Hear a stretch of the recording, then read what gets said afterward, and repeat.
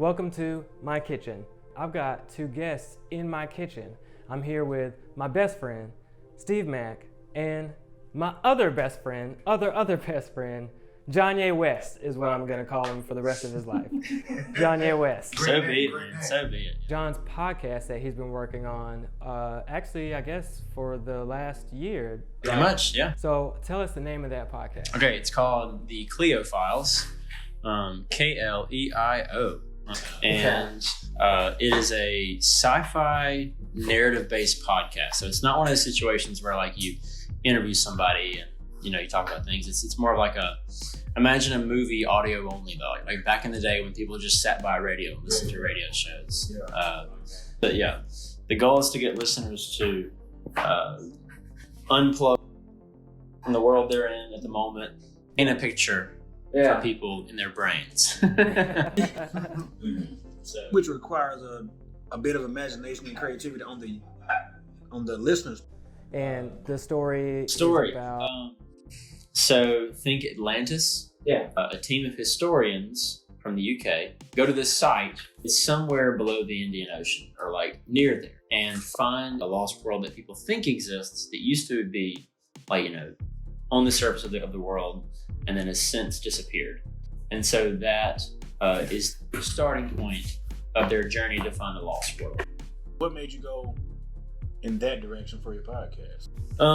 That's a question for Miriam, because she's a writer. She wrote the story. She graduated with a master's degree in dramatic writing. She has a degree in creative writing from Belhaven, and same place that the writer of The Hate You Give. Yeah. She went to Belhaven as well. Is it Angela? Angie Thomas. I know her. I didn't know she went to Belhaven. Okay, yeah, because they did a movie. She went to Belhaven. Miriam went to Savannah. She moved back to Jackson during COVID, and she found the creative space. She was like, do you want to do some music for me? Right? Because I'm the music, like the music and the production of it. And so my role has been to provide the sonic background for stuff happening. Question from a music standpoint, when you're going into this, are you thinking about what type of sound effects and what type of instruments to use, or is it just strictly trying to get the atmosphere and the point across? Or like recorder clicks, like just like simple things like that, like talk that nerdy talk. JonYe, come on. And so I ended up just using a pen, a ballpoint pen.